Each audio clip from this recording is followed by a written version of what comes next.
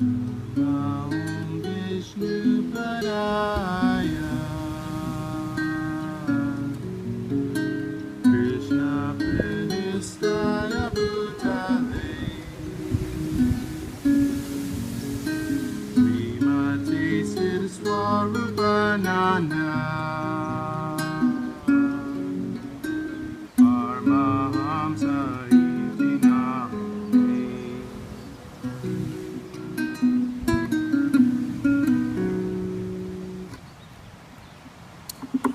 Hello, namaste.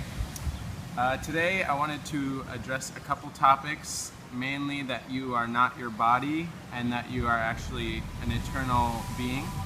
And what I'm going to be speaking is not something I made up out of my mind. It's coming from yoga philosophy. Most everybody has heard this before, that the particles of your body change completely every 7 years. 7 years ago, the particles in your body were completely different than they are now. But still, you remember that you existed then, 7 years ago, and you exist today.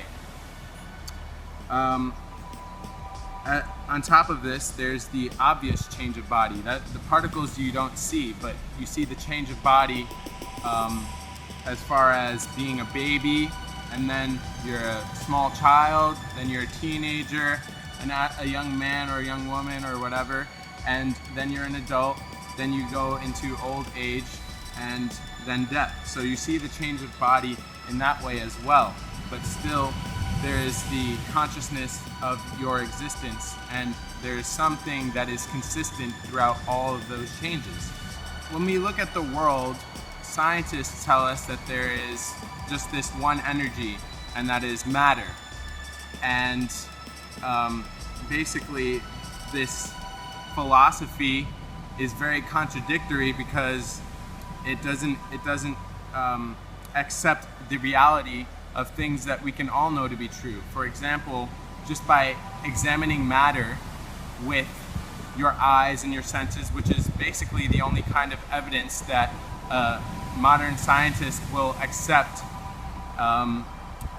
you can only perceive a few things, whereas things that we know are real, such as dreams, everyone knows that dreams are real, but you can't, through your senses, see someone else's dream. You can't, we can look at people's brain waves and stuff while they sleep, but that doesn't at all confirm the reality externally that this person is dreaming, or that a dog is dreaming, but still we can all know it for ourselves because we have this other experience. And the downfall of science is that it looks only at this very small, we have a limited view of light. We can only see a small range of light, hear a small range of frequency, through our ears. And so we have very limited information, and we're trying to understand everything through this small view. And so when we look at the world without just looking at matter, we can see that there's actually two energies at play in the material world. We have matter, which is explained that there is entropy with matter, that it goes from organization to disorganization. Whereas we look at a plant or a tree, and we see that it grows up and it creates fruit out of disorganization. It takes earth and it changes into a fruit. That is organization, which is the complete opposite of what matter is supposed to be doing. Matter, if you look at the rocks along the shoreline here, you'll see that they fall apart. The rock wall falls apart. It goes from organization, or not even organization at any point, to disorganization. It falls apart. That is the nature of matters, to fall apart.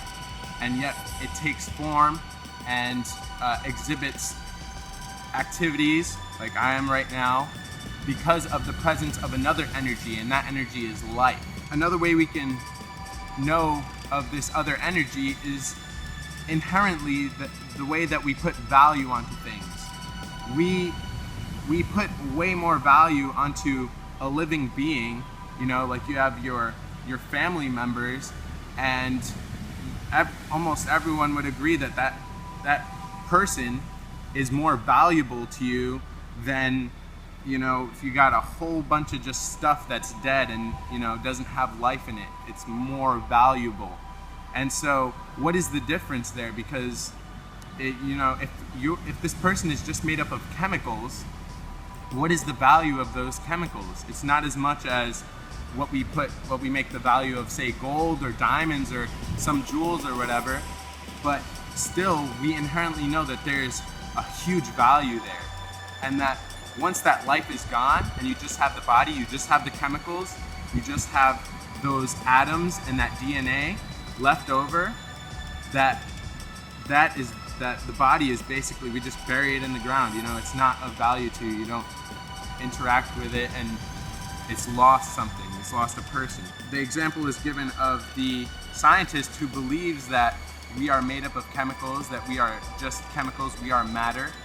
And this person in the laboratory spills a bunch of chemicals, more expensive stuff than our body is made of. And they're like, oh crap, I spilled all this stuff, I'll let the janitor clean it, and they go home. It's not a huge freaking deal. But then they go home and they find their wife laying on the floor, the scientist, and the scientist who is talking about you are your body goes and then cries over a dead body, because all the chemicals are still there, all the atoms are still there, but they know that a person has left, that this energy that gave the body life has left, and that has more value than the chemicals that they spilled before.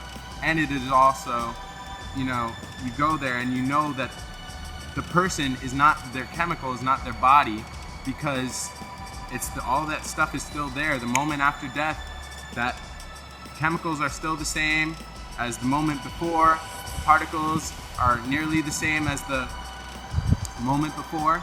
So what is the difference? And the difference is the living force has left the body.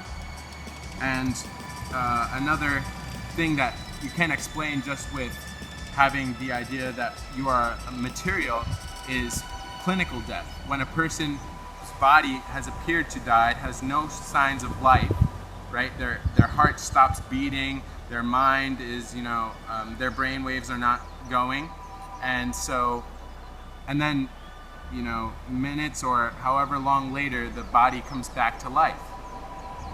And this is explained by the life force, you, leaving the body and re-entering the body.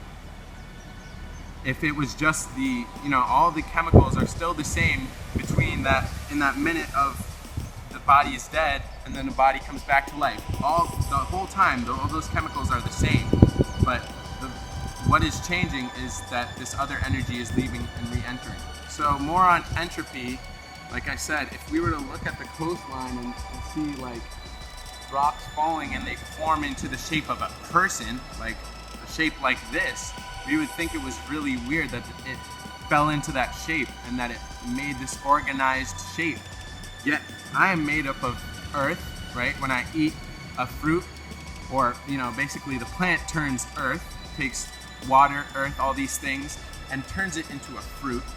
I eat a fruit, which is also still made up of the particles that come from the earth, and my body then is made by those same particles, but it changes its shape. An apple doesn't just stick out and it's an apple right here on my side.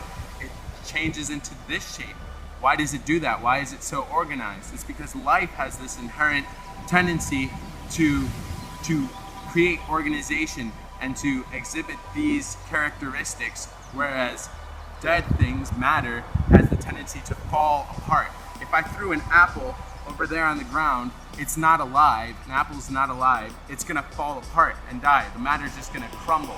But if I put an apple into my body, it's gonna turn into this thing, it's gonna become a part of this body, and it's gonna exhibit completely different, that matter is gonna exhibit completely different characteristics via coming in contact with other matter, other dead things, or coming in contact with a living force that can actually change things within this body.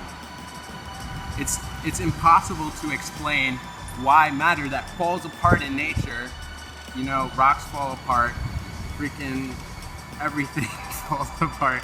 Your body will eventually fall apart. When you leave it, the DNA falls apart. We say that the DNA is the building blocks for life. DNA is supposedly the building blocks for life. Your parents' gametes come together, DNA forms, and then from this single cell, this body is eventually formed. What makes the single cell different from the single cell that develops within a gecko? When a gecko, is forming within the womb or in the egg, but still we look basically the same at the early stages, and then we look completely different at the end. And what these particles form around is consciousness. Your living being has this aspect of consciousness, like water. Water is wet. Living being is conscious. Around your particular consciousness is the way that your body forms. So a tree has a particular consciousness that makes this thing form around it, and then it does these things where it produces fruit from the same freaking particles.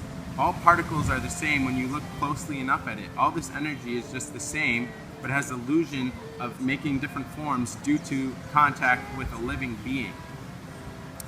And so in the womb, these cells form around, make a particular body, because the consciousness is that mold around which the matter is attracted to form. Because matter is disorganized by nature, but we organize it by our consciousness. But people say it's DNA, due to the DNA. DNA obviously is related, it's not like I can have gecko DNA in my consciousness. The DNA forms also due to the consciousness, but the DNA is existent after death. The DNA is still the same within that body when the person is dead, and then it eventually falls apart because that's its nature. It's still matter, and the person is gone, so it's no longer going to keep that form. But if the DNA fell apart instantly when the body died, then we could say that it was the foundation, but it's not, because it still exists after you leave. Okay, so that's how we are not the body, is that your body is constantly changing. Every single moment, cells are different, and you still have this consciousness of you're the same person. You still know you're the same person.